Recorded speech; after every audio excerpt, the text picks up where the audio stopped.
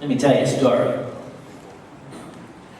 I was at a convention last year, and a young man came up to me. Very, very well-spoken young man, very educated, very erudite. This beautiful English word, erudite, means well-spoken. And we struck up a conversation. I liked talking to him. This was a fun thing for me. I enjoyed this interaction.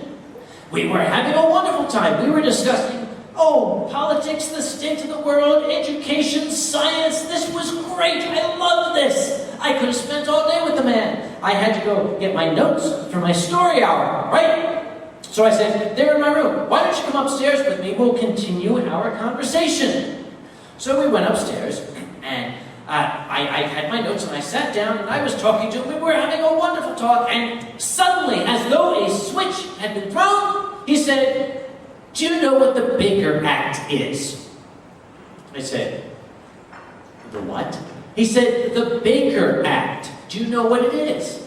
I said, well, no, I've never heard of this. My computer was on the table behind me. He said, look it up. So I turned on my computer. I looked it up. The Baker Act. Only America could come up with this.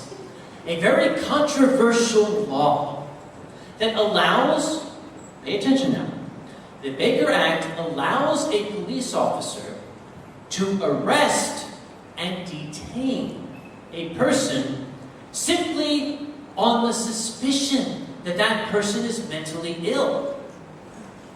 That doesn't sound very American to me. I said, well, this is terrible. How could this be? And he said, yes, I'm victimized by that every single day. Every day the police are grabbing me and throwing me into a little cage and shooting me full of drugs. I said, really? What a terrible thing. Oh, look at the time. We have to go downstairs now. We should go where all the other people are. And he started to describe how police officers were following him into his bedroom and waiting for him to fall asleep and then shooting him full of drugs and hanging him up by his ankles in a small room made of stone. Let's go downstairs now. Look at the time. Here we go. Let's go where all the other people are. He followed me downstairs. And he was beginning to make less and less sense, if you can imagine it. He was saying things in English that really didn't mean anything in English. And I thought, I have to get rid of him. But Dr. Asimov taught me I cannot say to him, fuck off. That's not the Uncle Kage way.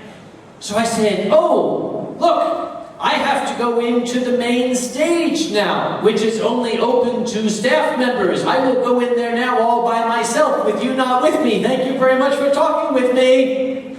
And he said, it's all right, I work security at this convention. I need a word with their chairman.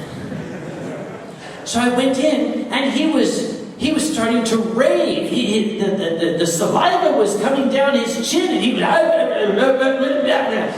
I was getting very frightened because I didn't know how to handle this. And I was looking around for some imaginary object I was looking for in the room. Maybe he would go away. He didn't go away. And just then, you may know Yappy Fox. He was a guest here a number of years. Yappy Fox from the Sunday Puppet Show. He came up and he said, Kage, can I ask you a question? I said, yes! You may ask me your incredibly confidential secret question. You must ask me all by ourselves with nobody else around. Let's go into this little room over here. And I ran with Yappy in the little room, and I said to the boy, this is confidential, horrible, only us, me, him, Yappy, it's Fox things, you cannot come in. Give me a moment. So he waited outside, and Yappy asked me this question. I said, no, you can't get herpes doing that. Listen, you have to help me out. This guy's staring at me. I don't know, I think he might be a killer or something. He's a psychopath. And just as we walked in, I said, no, still confidential, secret, Fox things, man, Fox suits, go outside. So I said, Yappy, get me out of here. Now, there are small hallways in every hotel. In English, we call it the back of the house, that the staff uses to go from room to room. Yappy took me back there. We went through the back of the house, and we wound up outside. I went all the way around the outside of the hotel to the front. And, well, I said to Yappy, this guy said he works security at this convention. And Yappy said, I don't think he does. All right, this now becomes the convention's problem. So I went to the security director. I said, I wish to make a report. And the security chief said, in a moment, Kage, I'm writing up another report. I looked at the report. He had the same name. Oh, yeah, he must have told you my story. And he said, no, what's your story? You keep writing. Apparently, the security chief had found this man wandering around the back of the house looking for someone and had shooed him out. So I said, I'm going to put my own story in your book after that one. The security man said, if you see him, point him to me. Got it, I'll do that. So I turned to walk away.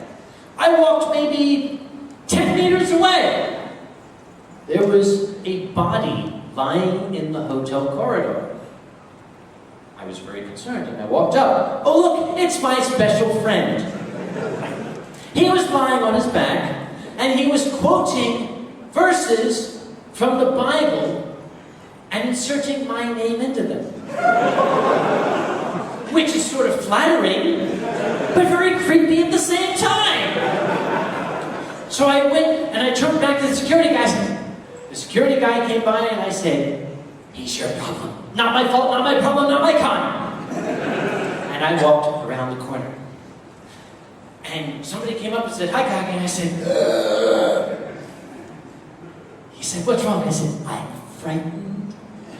He said, why? Nothing scares you. I said, that does.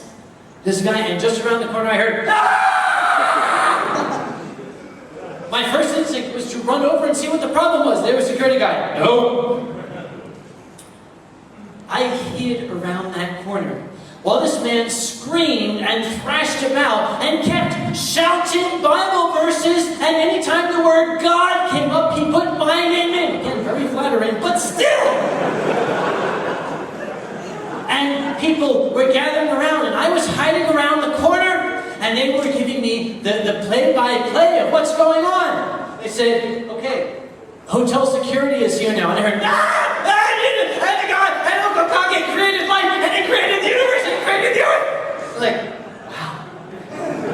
And then the security guys were running past, and then someone came up and said, now the local police are here. And I waited, and then I heard suddenly a great cheer went up from the crowd. I said, they just put handcuffs on him, didn't they? They had handcuffed him hands and ankles behind his back and had carried him out with 4 police officers and thrown him into a police car. Baker Act. I love it.